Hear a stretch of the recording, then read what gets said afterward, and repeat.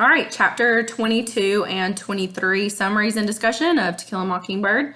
So this is after the trial. That night, Jim cries. He's rallying and railing against the injustices of the verdict because he knows it's not right. And then the next day, Maycomb's black population delivers lots of food to the Finch household. I gave a really good analogy to this in class the other day. If any of you have seen the film Remember the Titans, I would love to assign that as an activity while we're, doing digital learning. But yeah, so I may do something like that. So maybe I can try to get access to it somewhere.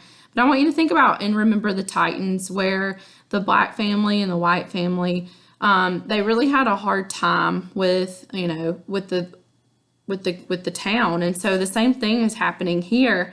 Outside, Miss Stephanie Crawford, she's gossiping, trying to question Jim and Scout about the trial.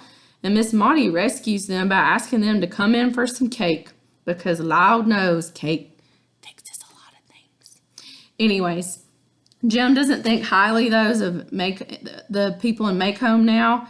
He used to think they were the best people in the world, but now he doesn't think so anymore. Miss Maudie sees the positive of some people in that case. And then the judge appointed Atticus to the case instead of a regular public defendant because he knew Atticus would do a good job.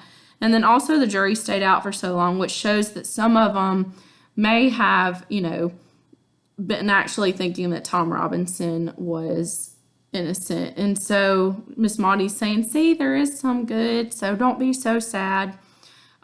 Miss Stephanie runs over to tell the kids that Bob Ewell accosted their father that morning, spat on him, and swore to revenge. And so when you're thinking about Bob Ewell taking revenge, we need to take a moment here to predict, because if he is going to hurt Atticus, what would hurt Atticus the most? I don't know. You tell me, because I don't want to ruin the book. But when you're trying to seek revenge on somebody, you have to hit them where it hurts the worst. And so just keep that in mind as we're reading. All right, moving on to chapter 23 summary. The children are worried about Atticus because of Bob Ewell's threats, but Atticus is actually not worried.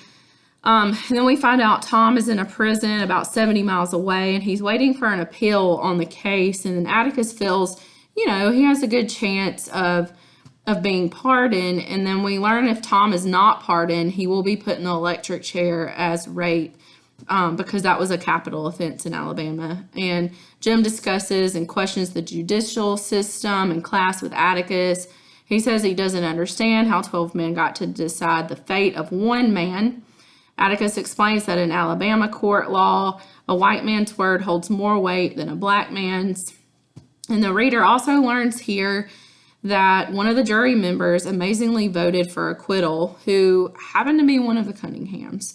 And as a result, Scout says that she wants to invite Walter Cunningham to dinner, but Aunt Alexandra forbids it and calls him trash. She calls a kid trash. What in the world? Jim's seeing how people go out of their way. He sees how people go out of their way to hate each other. And this suggests that perhaps, we haven't talked about Boo in a while. Maybe Boo doesn't want to come out of his house because he wants to stay inside away from all of it. So that's what Jim says. Maybe Boo is just tired of all this and he wants to stay away from all this drama.